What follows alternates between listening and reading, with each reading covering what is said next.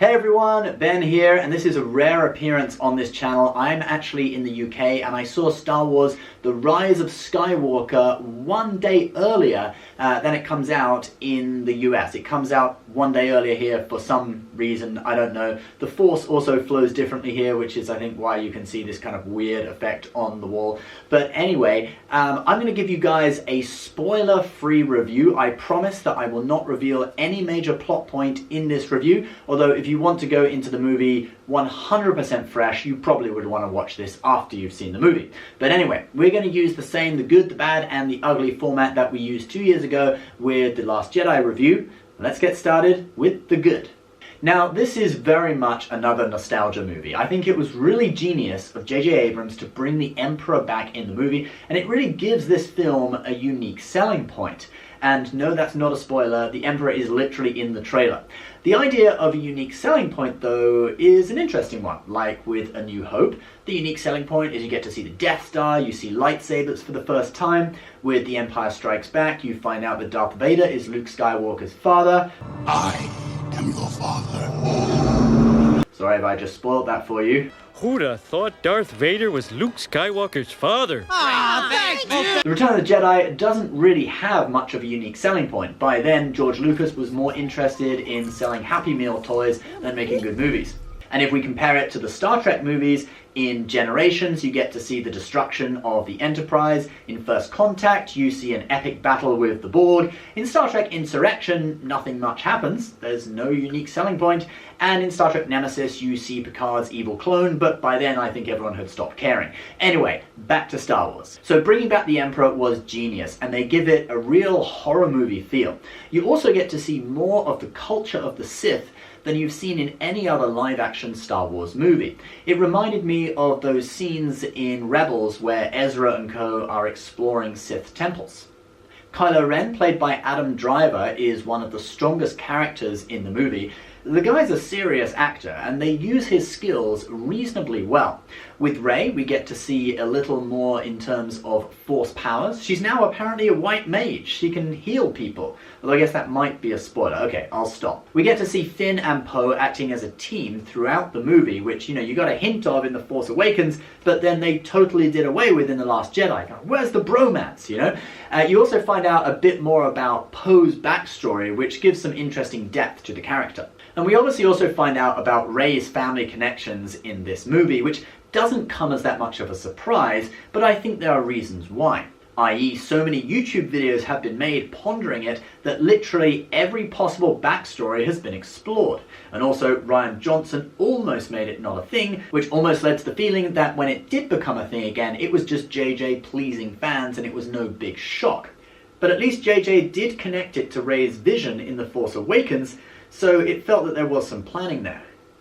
As for the finale of the movie, it wasn't really that surprising. I mean, the bad guy has to die, right? But at least there were one or two surprises in the way that it was carried out. All in all, I would say it was a great movie for fans of the original trilogy. I had a smile on my face for the whole time I was watching it, and it has some of the best action sequences in any of the Star Wars movies. But it wasn't without its faults. So now let's move on to the bad. At times, The Rise of Skywalker feels like the characters are just playing levels in a computer game. They go to many planets and get led around all over the place.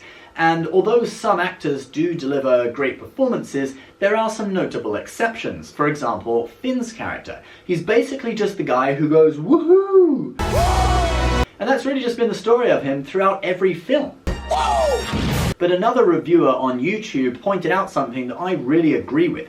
We've never had an ex-Stormtrooper character in a Star Wars movie before Finn, so not exploring his character further, I feel, is a big mistake in the writing. Another character that really added nothing to the movie was Lando Calrissian, played by Billy Dee Williams. Now, I was really excited at first for Lando coming back. He is a classic character of the franchise.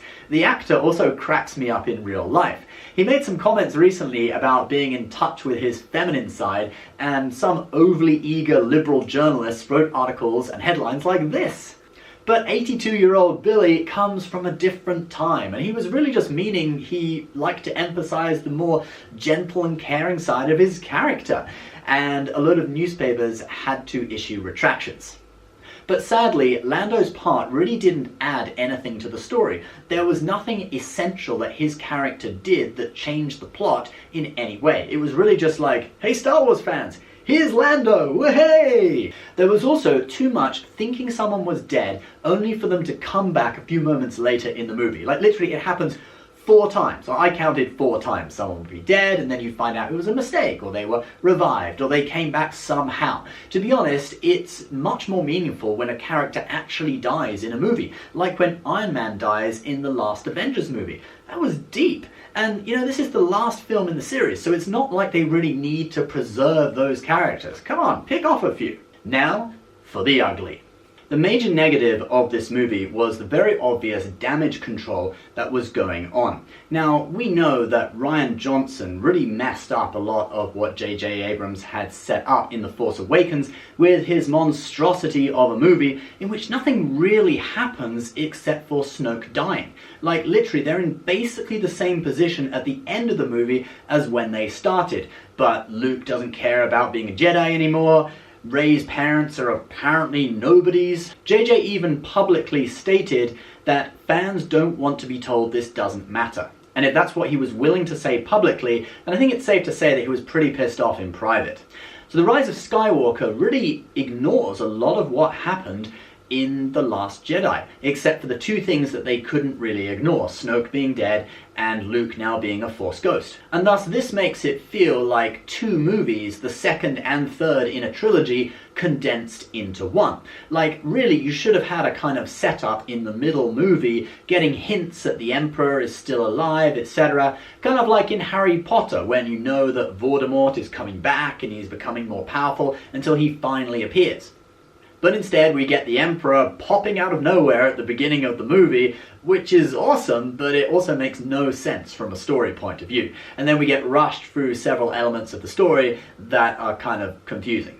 There's no mention of the awkward non-romance between Rose and Finn, which I think is probably one of the things best left forgotten in The Last Jedi. And I think this also may be a reason why Finn's character suffered too, since we find out about Rey's background in this movie. It would have been awkward to do family reveals for both Finn and Rey in the same movie. I suspect J.J. Abrams originally wanted to reveal Finn's backstory in one movie and Rey's backstory in the other. He did previously say that both characters' last names were left blank for a reason.